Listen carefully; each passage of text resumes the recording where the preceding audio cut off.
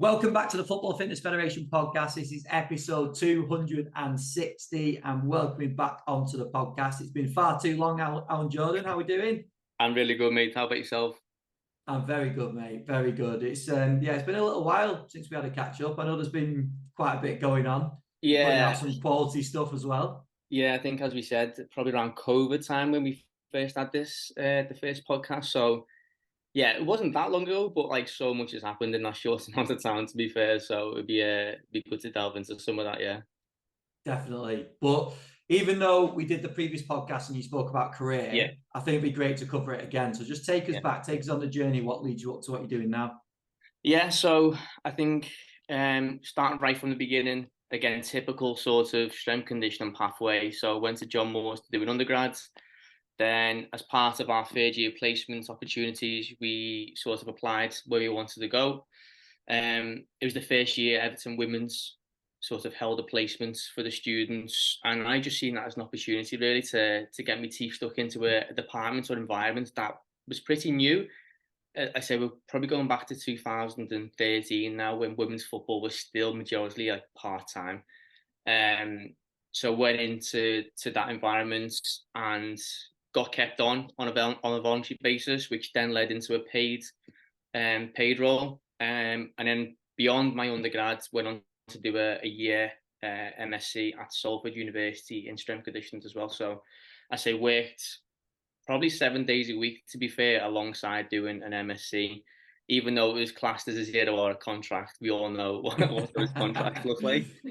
So there was times where I'd be traveling away with the under 17s on a Saturday morning to say Birmingham, and I'd get dropped off on the M6 to then get picked up by the first team bus going back down south on Sunday. So and then getting back early hours Monday morning. So that was sort of a year grinding out really while getting my MSc, and then fortunately enough, I was approached by Liverpool Women, new manager in charge. He wanted his new sort of staff in place, etc. So I was lucky enough to get an opportunity to go in there. That was a full-time job. So obviously salary full-time. I was, buzzing with that sort of salary at the time.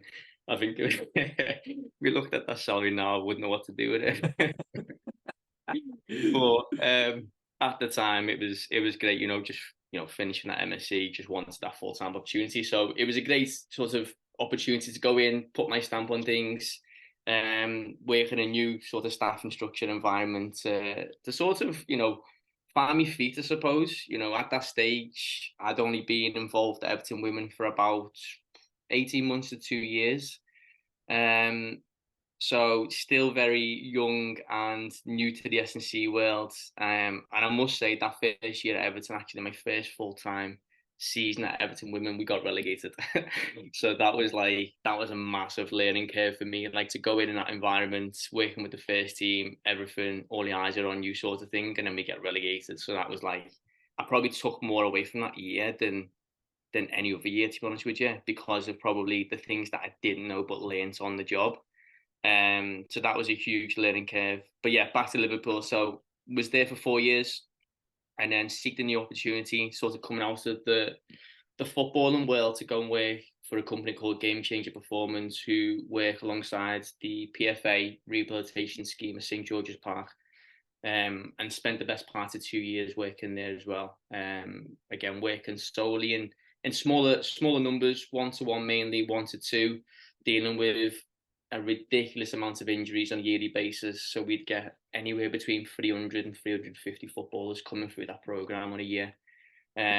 So every injury we probably sort of encountered on a yearly basis. But again, sort of specialising in that rehab sort of area for a few years, because obviously in that sort of team setting at Liverpool, you become a bit of a, and I've heard this phrase used by some of the FA staff, is like a generalist specialist, where you have to be good at everything because you're the sole member of staff in that department, where you're probably looking after bits of nutrition, rehab, gym, pitch preparation, match day, training, warm ups, everything.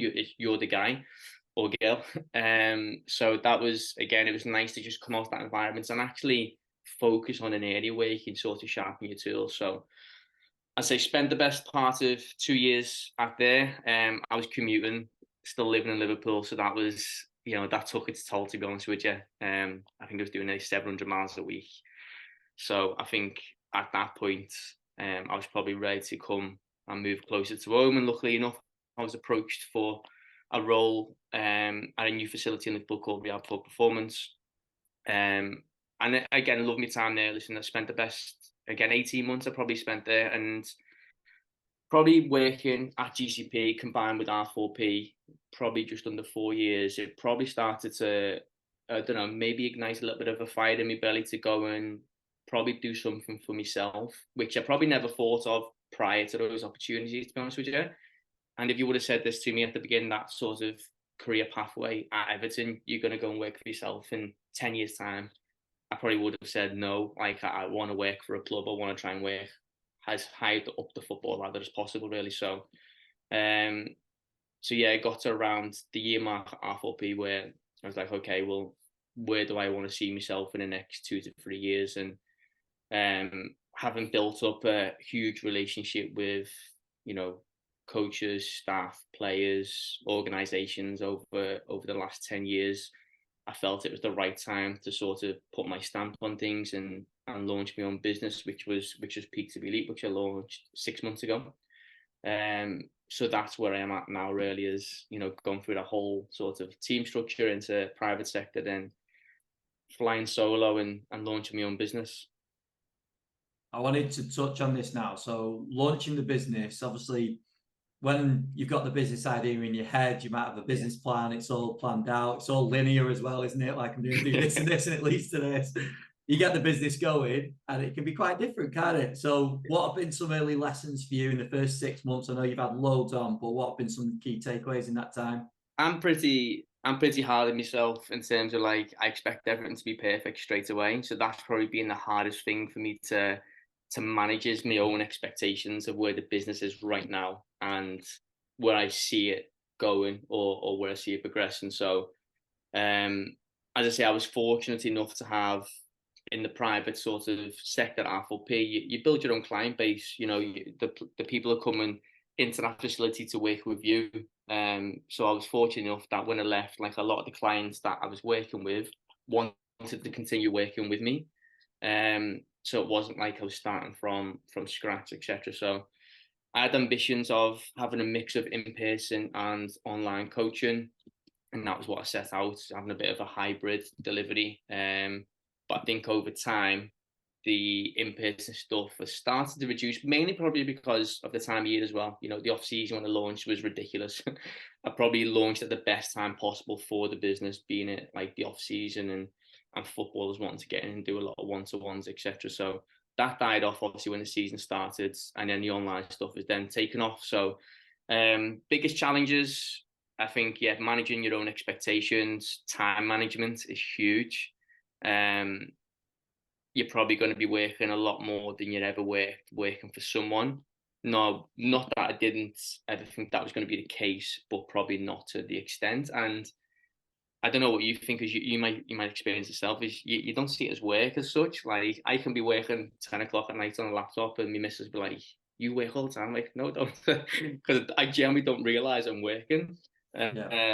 Just because, it's just something that need to do. It falls on yourself. If you've got a family and other commitments, then, if you're not going to do it, no one else is, essentially. So I think that's been huge for me, is managing my own expectations, managing my time, but also just going with the flow of the business, because what you initially set out, what you perceive your business to be, may change over time.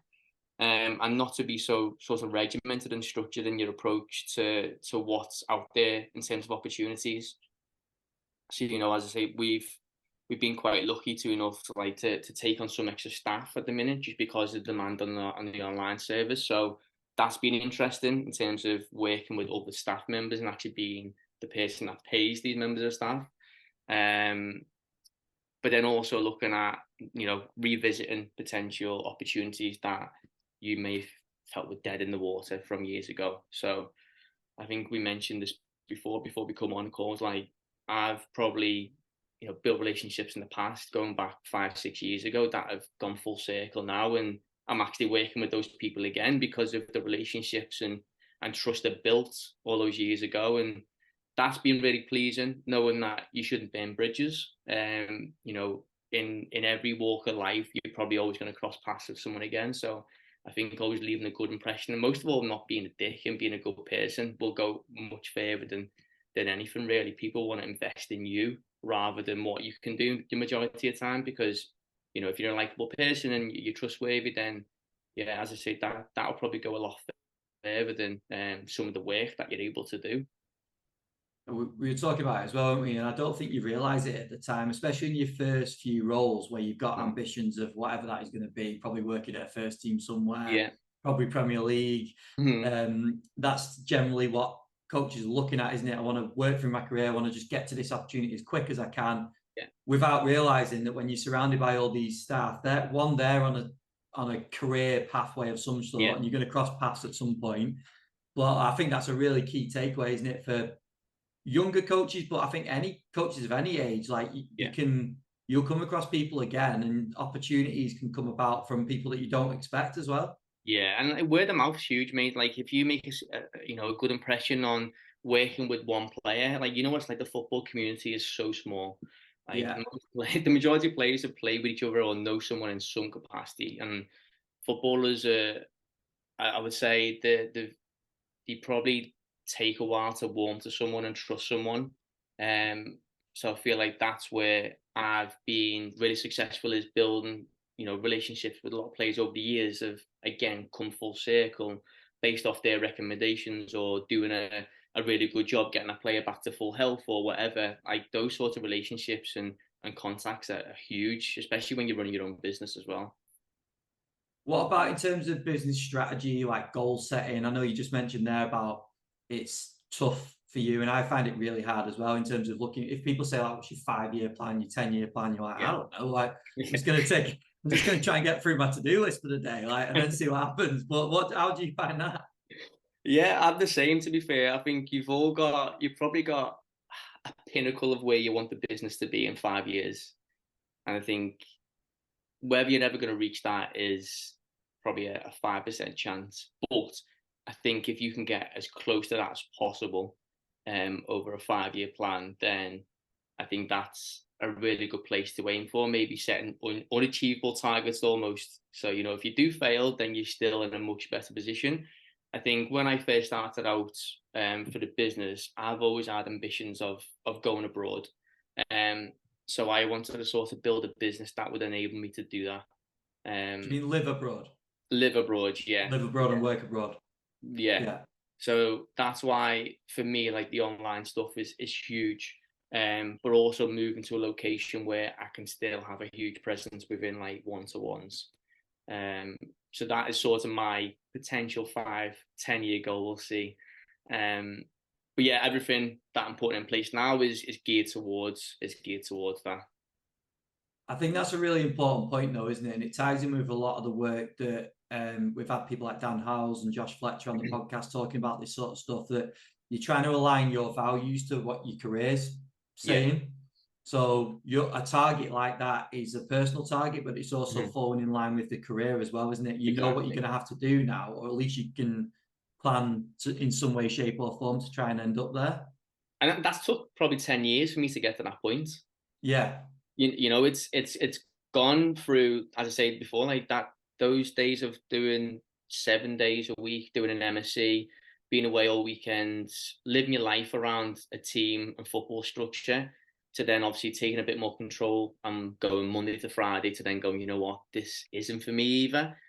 Like I want more control over where my life and sort of career path is heading. So I think it takes time to know, you know, exactly what sort of direction you'd like to go in. And I think for coaches starting out, you've almost got to go through that journey yourselves and see if that's the right journey for you. Because a lot of people may just want that structure in place and knowing where they're going from Monday to Sunday. Whereas, yeah, as you know, in this world, like your weeks can be thrown upside down by, you know, one call or one decision. So I think if you're prepared to do that, then I think you know, you'd probably want to gear your career towards maybe working for yourself or working privately. I know, again, when we had this first podcast, I don't think I had my firstborn then. can't remember. I don't think I Don't should. know. I'll have to check. I I'll can't check the remember date. when the podcast was. I should know, but I can't remember when the podcast was, so don't hate me on that one. But I don't feel like I had Arlo at the time, and I think as soon as he comes along, like everything changes. Your whole perspective on your working life and your personal life changes. And I've got a second on the way next year, so your perspective changes even more then, because as I say, that's probably where, as you mentioned, your personal sort of goals align with your career goals, and probably a lot of times as you get older, it's geared around family and spending more time with them. Yeah, I think tying in with that as well, you talked about productivity and being working on a laptop up at night and Yeah. in the hours where, but that's a really important point, isn't it? Because when you're working for yourself and you see the jobs list that you've got to do for the day, you want to be productive. It's not just as simple as opening an Instagram account, getting people coming to train with you, and then you train them, you switch off your phone, and that's it. Done at the end of the day. There's a lot more to it, isn't there? Yeah. So If for only you, it was that easy. I know exactly. If in terms of like productivity, do you have anything that you do on a day-to-day basis that keeps you like in line with what you're trying to achieve? Mine is probably just setting up my working calendar from the week before. So I'll aside a certain amount, or set aside a certain amount of time each day to certain tasks, and I'll do my best to stick to those as well. So whether that's, I don't know, 2 hours worth of business admin, for example, an hour's worth of like social media, for example, because as a business owner now, I think the way the world's going, like you've got to dedicate that time to the social media aspect. I think if you're a grown business and you rely on a lot of eyes coming into your business from social media, then that's a part of your job. Unfortunately, like no one probably likes to do it as such, but I think it's just as important as any aspect of your business. And the way the world's moving, like it's huge.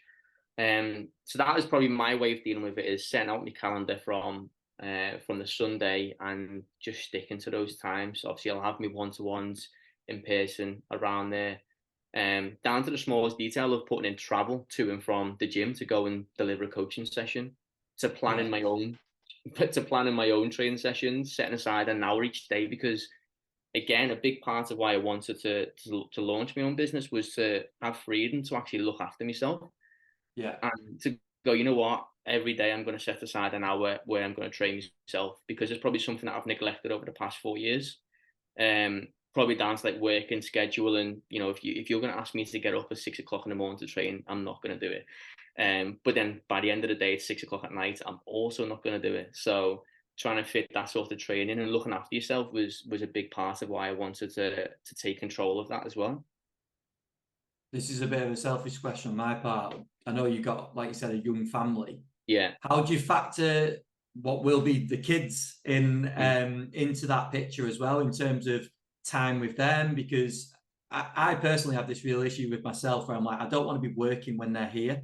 Yeah. I don't want to be seen to be working all the time. Yeah. Even though you've got loads to do, when the kids are playing, I want to be present. I want to be involved. Yeah. How have you found that? I found it, again, selfishly, because I was able to take control of my working structure. I was like, right, okay, I'm going to keep Arlo off 1 day a week. And that's going to be my day with him, where I'm not going to work at all. And I'm going to, keep him off nursery for that day. So with that in mind, I was already spending more time with him than I ever was working Monday to Friday. It's like when you get them from nursery, it's absolute chaos just trying to get them fed to bed. So I don't know how much Avoiding time. meltdowns. I don't know how much quality time you actually spend with them overnight. It's probably just me losing my head the majority of the time.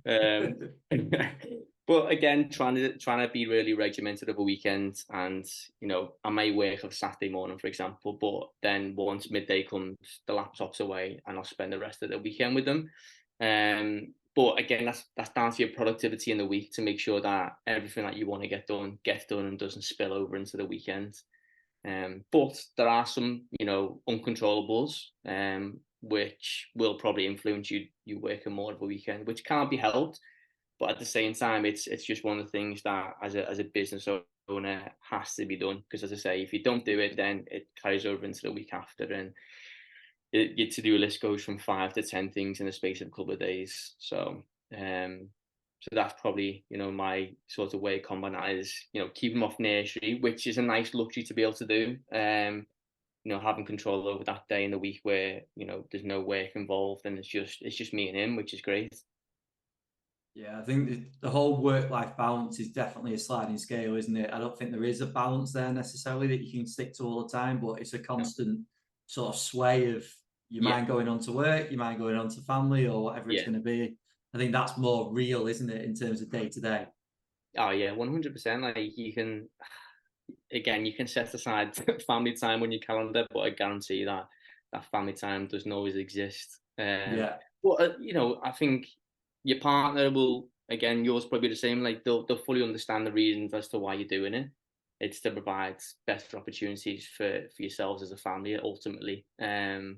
So I think it's very much like a short-term sacrifice for a long-term sort of goal. So that's the way we look at it. My missus actually working 2 jobs at the minute as well, so I don't even see her throughout the week. Um, so, but I'll see her for 9 months straight when she has the baby, which will be enough. So, definitely, mate, definitely. I want to just get back into the work with players now. yeah, And we've talked a lot on the podcast and some of the conversations that we've had around players seeking out private coaches, getting that extra work, wanting the individual approach to the programming, not the cookie cutter sort of whiteboard programming that they would maybe suggest that might go on at some certain clubs. yeah, But what I wanted to speak to you about is okay, players want the individual approach. That is why they're going to seek someone out. We've sort of come to that conclusion. But what yeah. do you feel, or what have you seen? Is there any trends where players are coming to you and you're like, right, you're doing this bit at the club, but you're not doing this, this, and this? Is there anything that sort of stands out? Um, I would say just the detail that you can give them on a one-to-one basis, which you can't get at a club due to numbers and limited time, etc. Um, that's what I've found in terms of like players come to see one to one. It's that extra bit of detail that you probably don't get at the club, and it's not to say that the staff don't give them that detail, but I think in a team environment, it's probably just lost a little bit in terms of like the communication side of things. And as I say, in terms of like time constraints in a club setting, you might have half an hour in the gym before you go outside. How much of that is actually spent developing something? I'm not sure. And then obviously when you're out on the pitch, it's a case of getting the boys warming into the session straight away, or girls, within like a 10-15 minute warm up. And then how much time are you able to dedicate and give someone feedback on something that they may be struggling with in that period? Probably not at all. You're there to essentially do a job on the pitch, and it's preparing players to go into the session. I don't know how much of that time can actually be spent on improving someone's mechanics or dial into detail around how someone accelerates or changes direction, for example.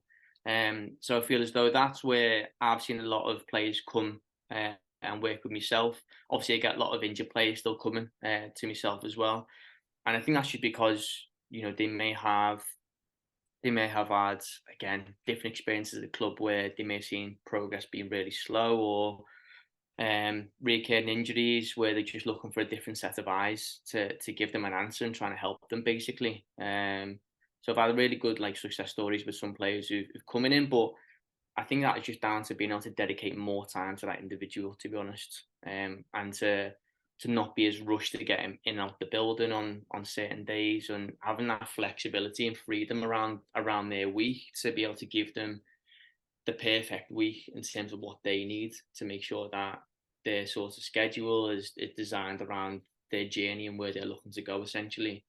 Um, I think a lot of players will come to you for working on their weaknesses, because I don't think a lot of players will actually recognise those weaknesses themselves. And when I say that, it's the typical team structure is you'll test at the beginning of the preseason, potentially test at the end of preseason, and then how much of that testing is actually then used to design and develop individuals' physical capabilities. I'm not sure a lot of it is, if we're being completely honest. And we've all been in that team structure as well, where it's probably impossible to try and give 20 individual programs out. So you probably, or the players are probably missing something within their own program which is going to contribute to them not developing as an athlete. So I've got a few examples that stick out. As I had a rugby league player come to me, and his sort of reason for coming to me was he wasn't injured, but he was like, well, actually, he didn't know this until we actually assessed him and brought it to his attention. But he was, as a rugby athlete, you should be able to try and cut off both sides in terms of giving you more scope and more opportunities as an athlete. He would always favour one side. So we sort of looked at some of his tests and scores and how he moved, and identified this was why he probably wasn't as confident at doing it off this side. So for him, it was about, yes, working on certain elements of strength and power and elasticity, but then also just giving the movement sort of framework to be able to improve that cutting strategy to actually go and express himself in the field. Which then, once he unlocked that sort of, or pushed past that barrier, should I say, he opened up his rugby game where he could then cut both ways. And he'd be sending me clips so that we can go, look what I can do now. And don't think it's that he couldn't do it. He just didn't recognise it was a flaw in his own sort of movement game. Yeah, that's really interesting. How far off do you think, or is it possible when you're in the club setting from your experience to break it down into that detail? I think it is, but it's about probably keeping players beyond their normal training structure. So what I mean by that is you're probably going to have to keep players behind after their team sessions to go through these sort of details with them, get them in early to go and hone in on these different skills that you're looking for them to implement. And how much of that actually will come from the player, I'm not sure of. I think once you're in that team environment, you very much get caught up in your arrival time and your leave time. And it's almost like you don't want to be the last one to leave. Like footballers, they love a half day where they'll be home by 1 o'clock in the afternoon. If you're asking them to stay beyond that, but then I've also had players going, well, because it's so stressful in that environment and there's a lot going on, it's almost like they like going home for a few hours, resetting, spending a bit of time with the family, and then, all right, okay, I'll go out and spend another hour or two working on myself in the afternoon.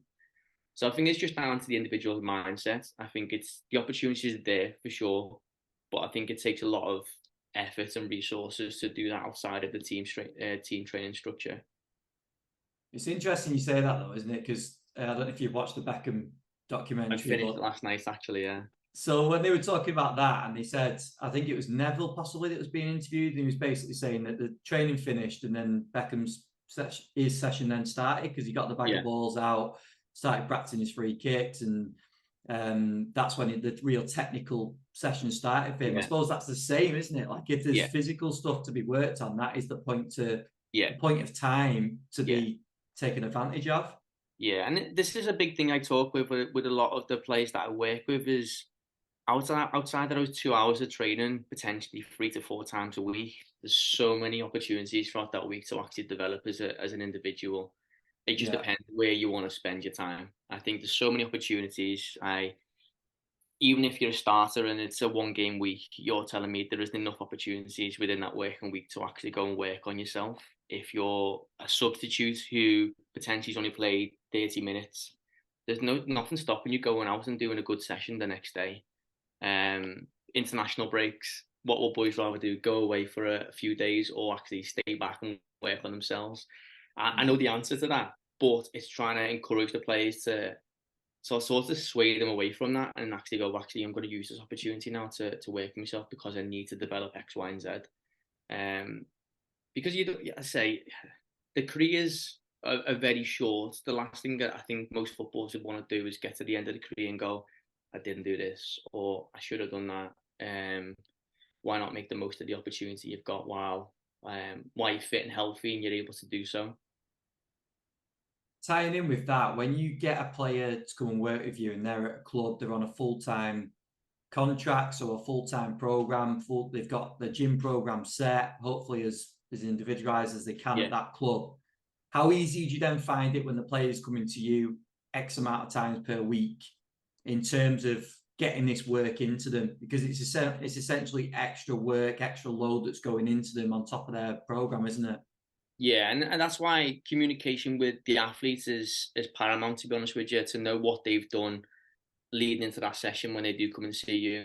So if you've only much got to write your program in pencil, because you may have something planned. They turn up on the day, well, you know what, I've done a heavy strength session yesterday. Okay, well, let's focus on your movement today, or let's focus more on some elements of strength that you maybe never covered within that session. That's still going to push the needle forward for you, but isn't going to, isn't going to be detriment to what you're doing going to train the next day, or affect your recovery from the training, etc. So I think it's very much about being able to program on the spot, having a program in mind, but having that in pencil, because a lot of variables may change. But also looking at, again, I'm an open book. So if the club staff wanted to speak to me and go, this is what we've worked on with this player, can you potentially leave this out of their program, but happy to do with whatever, then I think that communication line is really important with the club. And again, it builds trust. It builds, builds a bit of buy-in from the club staff, that you're not just someone trying to program, I know better, or I know more than you, and this is what they need. I think it's got to be a collaborative process in a full-time structure. Even in a part-time structure, the certain elements where they will get gym sessions. So I think that communication line is always open from my side. The staff may not always get in touch with me, which is fine, but as long as they know that communication line is open, I think that's a really important thing to consider.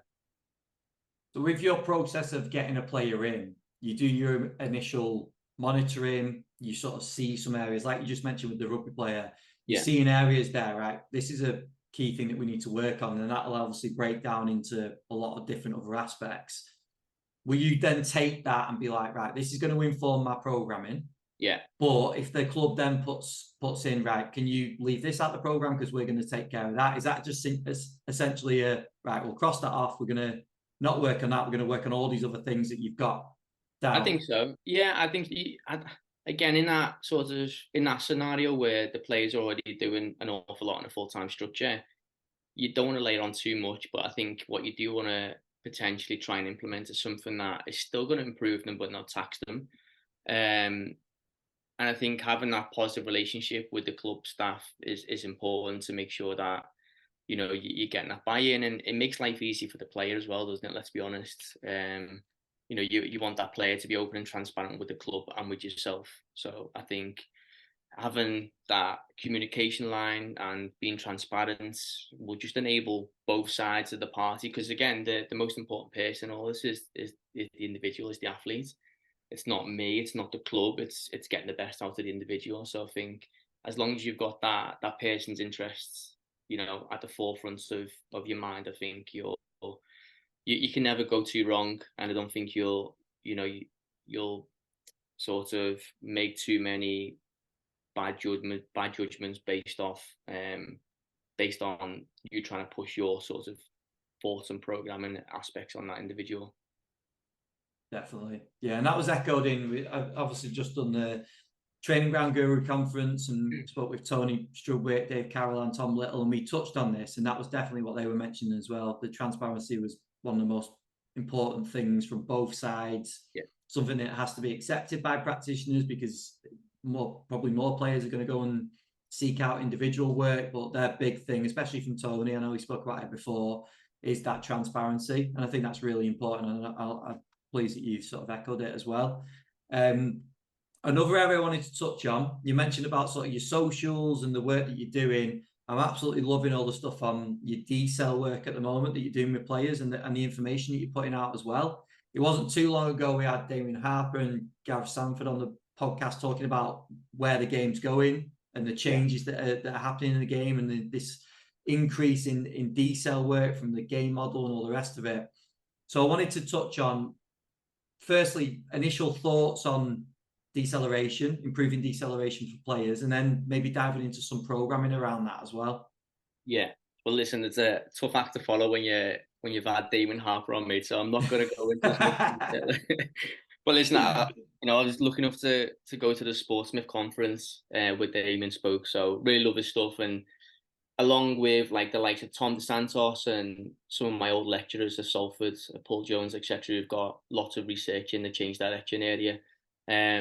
But my initial thoughts on deceleration for athletes is it's probably a neglected area. And when I say neglected, I think across the board in terms of what they're doing in the gym to obviously give them the tools to be able to go and decelerate effectively outside. Because I would say that the deceleration component probably limits a lot of players' true max velocity or true acceleration speeds, because essentially they know they can't slow down as well as they should be able to. Which again could contribute to a lot of the injuries that we see, a lot of non-contact injuries, based on players' ability not being able to slow down and not being able to change direction effectively based on their inability or lack of strength around certain areas to do so. I think movement plays a huge part in that process as well, because I'm quite vocal on the majority of players doing the strength side okay. When I say okay is, I think I said this on the last podcast, like footballers, they're not strong athletes. Like if we look at their low body strength markers, I would say the majority of footballers will be classed as average in terms of their strength markers. You get a few outliers who are extremely strong, but they do that side of things really well in terms of lifting and whatever else. But it's that sort of bridge between what they're doing with regards to their strength to them being exposed to certain movements and working on their deceleration capabilities out on the field.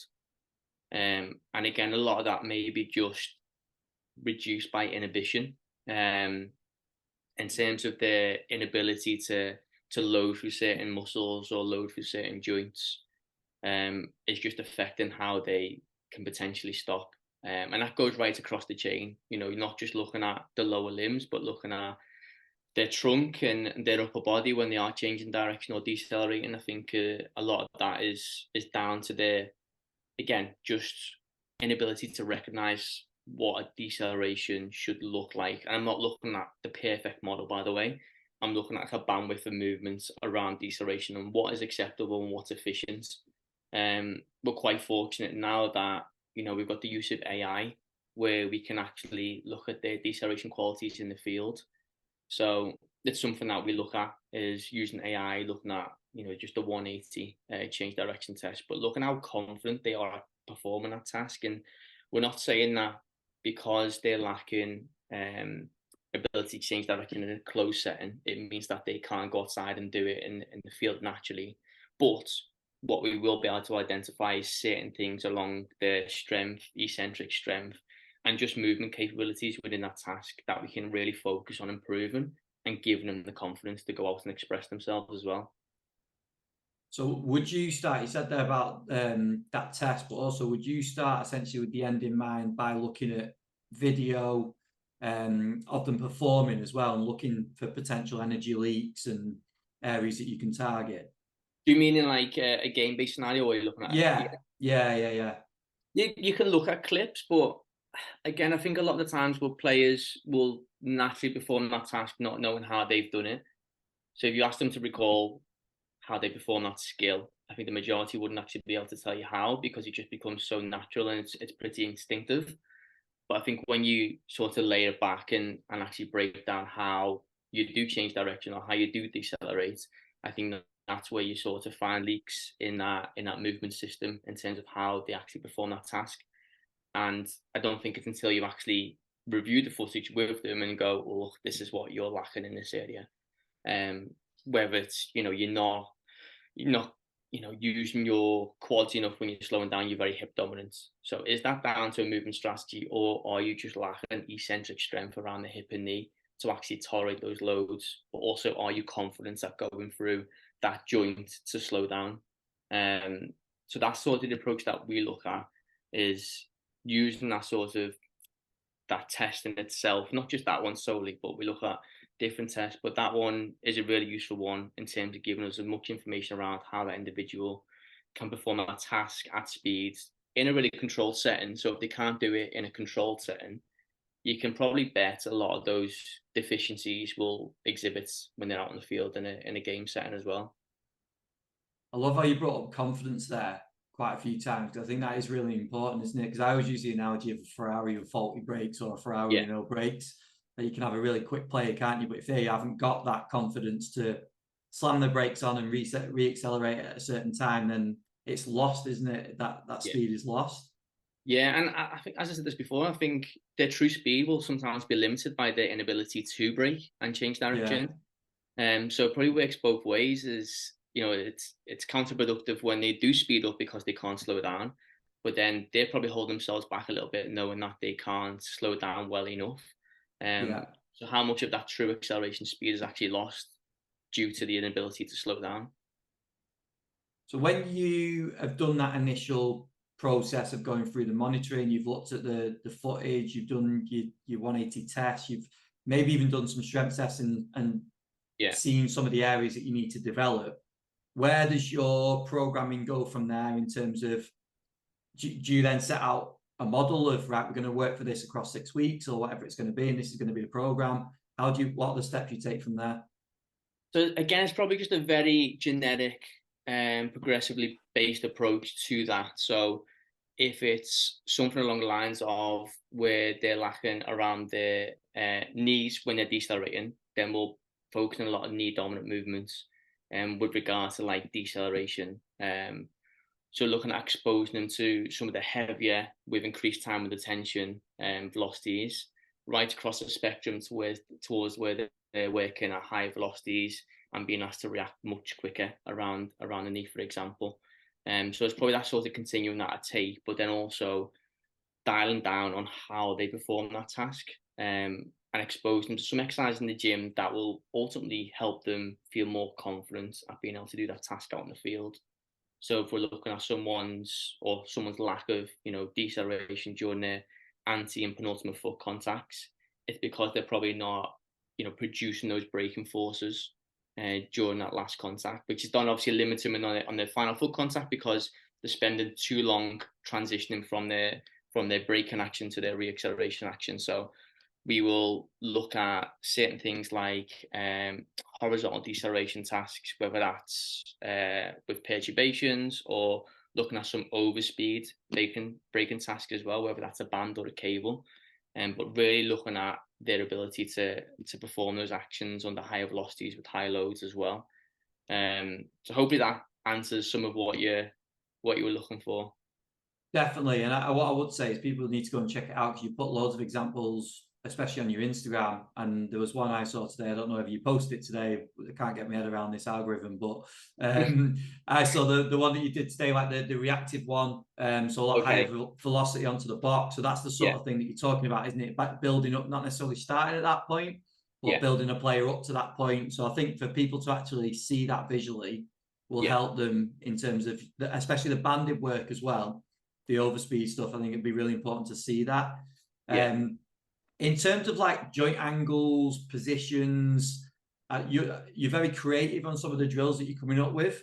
Is that a case of just trial and error, just getting in the gym, getting your hands dirty and trialing it, or how are you going about that? I was probably looking at like the model from what we want to look at on the pitch and certain muscle groups and joints that we're looking to try and target out in the field and trying to scale that back into the gym, for example. So I think a forgotten muscle group within like deceleration is the soleus and the eccentric components of the soleus when the foot actually is the first thing to hit the floor. So if you're lacking a lot of eccentric strength around the soleus, I guarantee you're going to place a lot more stress on the knee, for example. And then if you're not using your knee effectively, then you're probably, producing a very hip dominant strategy. Which again isn't beneficial for that task because your knee will be pretty extended, and we all know what happens when that knee is extended. So I think it's just looking at the movements themselves on the pitch, and then trying to target certain joints or muscle groups within the components of deceleration. So the one that you were talking about is very much like a long lever hamstring braking action. So it could be used more for like upright sprinting and trying to target the hip and knee using some quasi-isometric work. But again, as you mentioned, it's building the athlete up to that ability to be able to do that at those higher velocities. I wouldn't expect someone to do that who's pretty poor at decelerating around the hip and knee. So you could potentially look at using some of Natera's work around the hip iso halts and working their yield and strength up to a point where then you're transferring it down to overcoming isometrics, and then obviously progressing on towards more eccentric isometric contractions, where you're looking at that reactive element as well. How do you, so what does it look like in terms of a program on a certain day? Because if you say you've got some max strength, you want to be working with that player, you want to be getting some of this decel work in as well. You might have a few other bits and pieces you want to get into the program. How does that program then look in terms of how much time does this take? Yeah. You know what I mean? Yeah, no, of course. And I think microdosing is really important in that aspect, because I wouldn't expect that players just have one hit a week and be able to develop that skill. So it's something that we probably look to include within like their pre-activation sessions throughout the week. So if they are someone who's in a full-time or part-time schedule, then there'll be a few exercises that they may perform in 2 or 3 times a week that are pretty low fatigue, low cost, but again, still looking at pushing that needle for them on a weekly basis. And then obviously your bigger rocks that they may be doing after training with regards to like the higher loads or more taxing exercises, they'll be doing further away from the game. And again, looking at reducing that energy cost as the game approaches, but then still looking at, working on some high velocity based work closer to the game. So I think that's how I normally like to work, is they'll have a primary focus, so whether that is improving their braking or their movement within that braking action, and then subcategories focusing on obviously all the other rocks, such as like the global strength, for example, and looking at some areas of robustness. But I think it's impossible to try and improve everything at once. But I also think there's still opportunities in season where you can still improve certain qualities and focus on those qualities. Like I know you don't want to block periodize in season, because you'd be missing a lot if you've done that. But I still think there's areas for a primary focus where you can improve their braking season while still staying on top of other aspects of their strength and power. But I think the use of microdosing is really important in that as well. And a big thing I try and encourage with players is it's no good doing all this stuff in the gym if you're not going to go and try and apply it in warm-ups, in sort of physical games, in 1v1 actions. I think it has to be that understanding from the player that you can't just expect us to do it in a gym setting and not apply out in the field. Like you're just going to be clashing heads there. There's not going to be any improvement. So I think that's really important for the individual to understand. As I say, it's got to be that transfer of skills and strength that they've been working on to apply it in their setting. And you've not got eyes on that. You can only encourage that and take their word for it. But it'd be a lot of time wasted if they didn't try and apply those skills. Brilliant, mate. Some great information there. It's not a topic that we've covered it in the podcast with Damien, but I don't feel like we've gone into as much detail as you have today. So I appreciate you doing that. Alan, just give us some contacts for anyone that wants to, like I said, go and check out the Instagram or the work that you're doing. Where would you direct people? So my personal Instagram is alanjordan_P2BE. And then the business page is Peak2BElite_global. In terms of Twitter, I'm not really big on Twitter anymore. I've sort of joined the Threads crew. How have you? Oh, yeah. Right, okay. I'm not as active on it anymore, but I like the concept of it. I still look at Twitter for like on match days and stuff like that. I think you can't be Twitter for the football. But for like Threads, I like Threads at the minute. LinkedIn is another one. I'll be honest, I'm not as active on LinkedIn anymore. The spam messages getting there are ridiculous. Yeah. So trying to, but again, it's one that I do get a lot of questions on. What I would say is I do get a lot of students asking questions, which I'm always open to answering. I think it's important to recognise I've been in that position, and I probably think back to when I was in a position, I probably didn't do that enough, to be honest with you. It's just reaching out to practitioners, and I think it's a healthy way of learning. I'm not gonna not answer you. I'll definitely, might not be straight away, but I'll certainly give you the time where I'll try and help you out with whatever sort of question you might have. And the same goes for obviously, other practitioners or even players who may be watching the podcast. Just a quick one before I let you go. What do you feel like the biggest difference is between Twitter and Threads? Oh, like in terms of professionally, what are you taking away from using Threads more? I think there's more information to be digested on there because people go into a bit more detail. Yeah, In just with a terms of more the word count and stuff like that. Yeah, I think because of the thread sort of idea where you're linking multiple messages or multiple posts together, I think you will get a lot more out of that. And it seems a lot more natural as well, where people are just speaking rather than Yeah, trying to make it so formal on Twitter.